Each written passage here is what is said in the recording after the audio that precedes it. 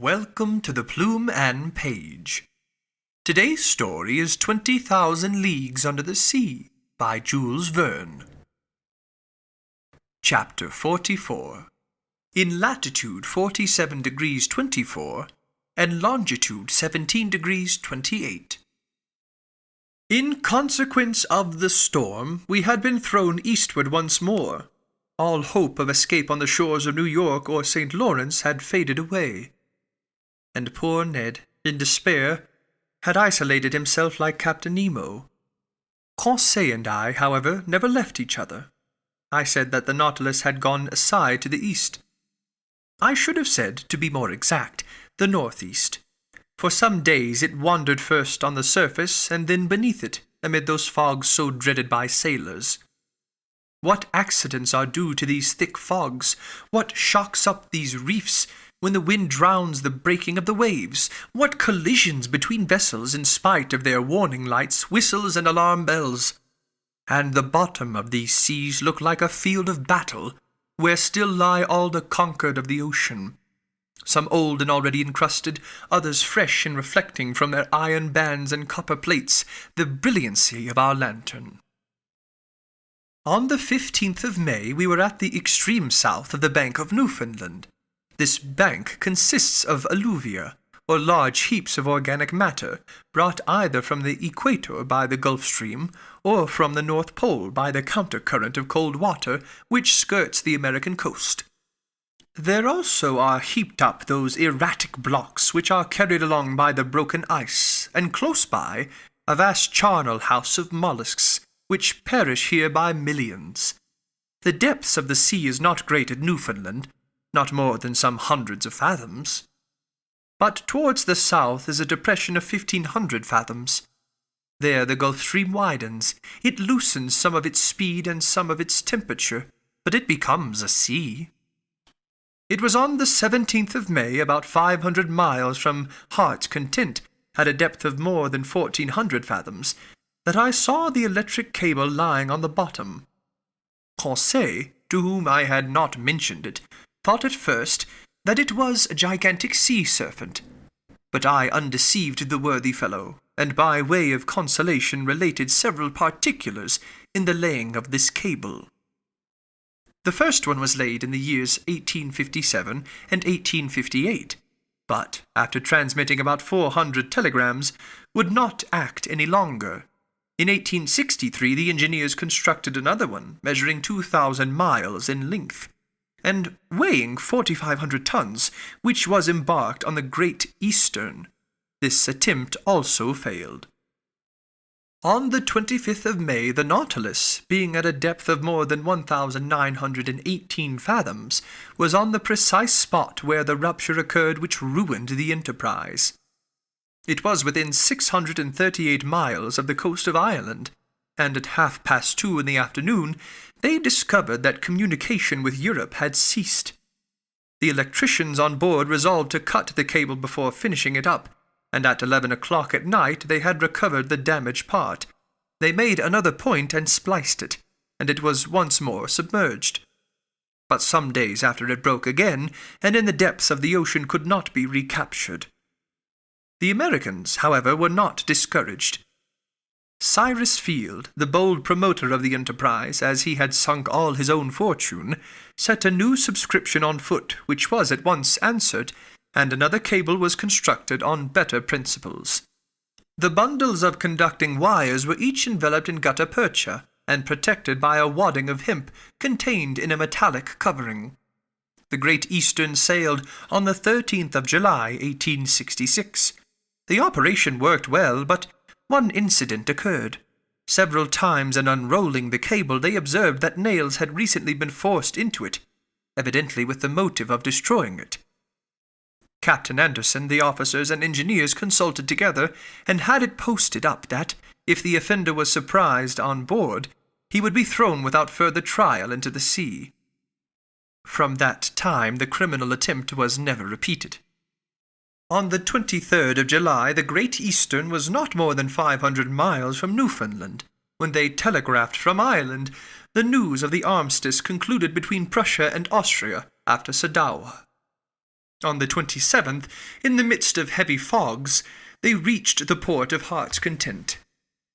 The enterprise was successfully terminated, and for its first dispatch, young America addressed old Europe in these words of wisdom so rarely understood. Glory to God in the highest, and on earth peace, goodwill towards men. I did not expect to find the electric cable in its primitive state, such as it was on leaving the manufactory. The long serpent covered with the remains of shells, bristling with foraminiferae, was encrusted with a strong coating which served as a protection against all boring mollusks. It lay quietly sheltered from the motions of the sea, and under a favorable pressure for the transmission of the electric spark, which passes from Europe to America in 0.32 of a second. Doubtless this cable will last for a great length of time, for they find that the gutta percha covering is improved by the sea water. Besides, on this level so well chosen, the cable is never so deeply submerged as to cause it to break.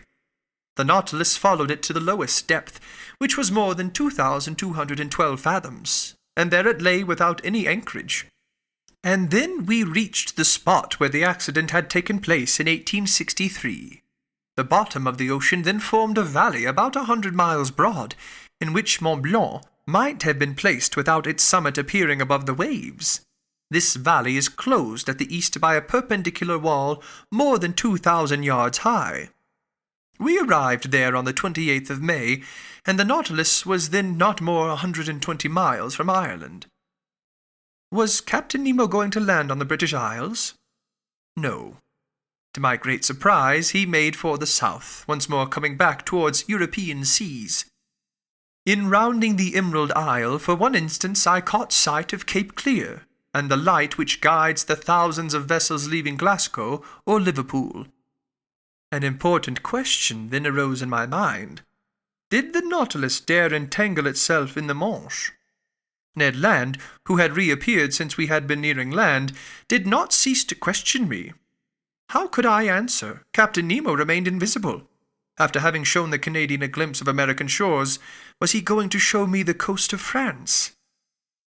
But the Nautilus was still going southward. On the 30th of May it passed in sight of Land's End, between the extreme point of England and the Scilly Isles, which were left to starboard. If we wished to enter the Manche, he must go straight to the east. He did not do so. During the whole of the 31st of May, the Nautilus described a series of circles on the water, which greatly interested me. It seemed to be seeking a spot it had some trouble in finding. At noon, Captain Nemo himself came to work the ship's log. He spoke no word to me, but seemed gloomier than ever. What could sadden him thus? Was it his proximity to European shores? Had he some recollections of his abandoned country? If not, what did he feel? Remorse or regret? For a long while this thought haunted my mind, and I had a kind of presentiment that before long chance would betray the captain's secrets. The next day, the 1st of June, the Nautilus continued the same process. It was evidently seeking some particular spot in the ocean. Captain Nemo took the sun's altitude as he had done the day before. The sea was beautiful, the sky clear.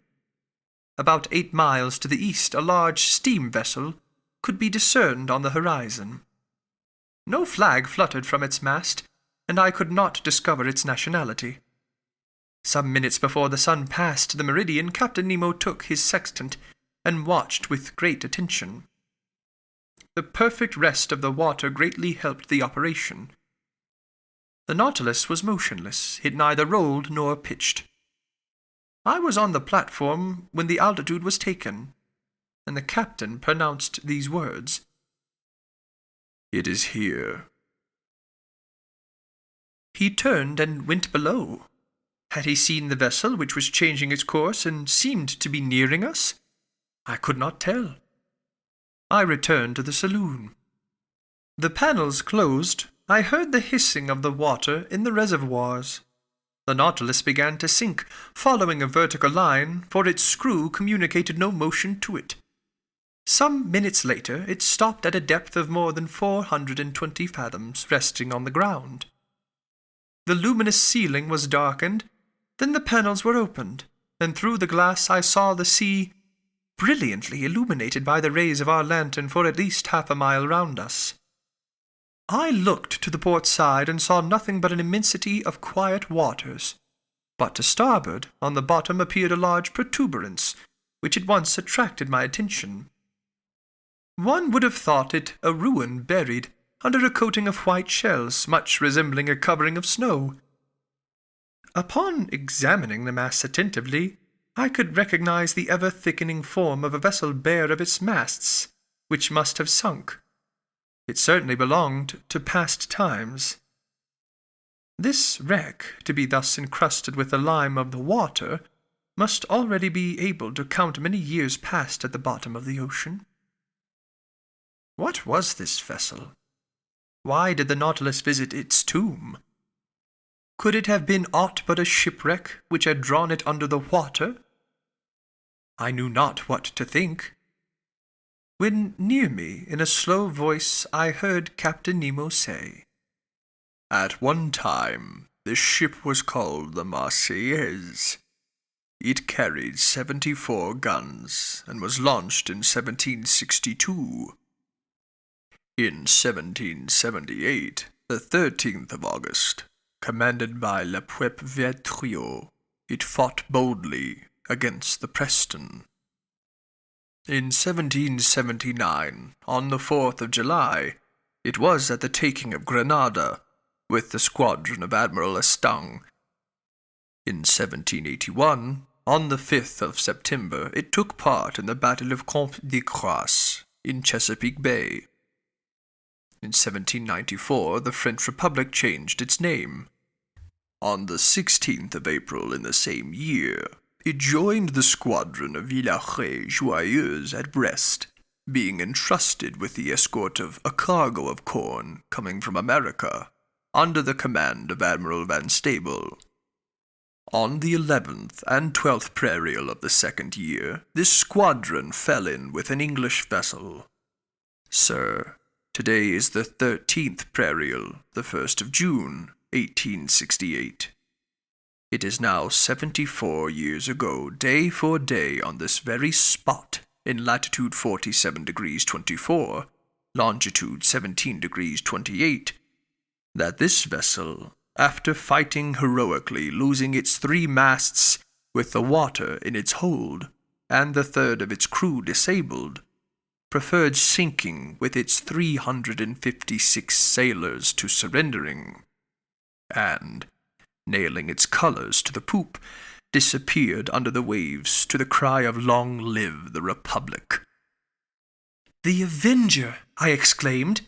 "Yes, sir, the Avenger. A good name," muttered Captain Nemo, crossing his arms.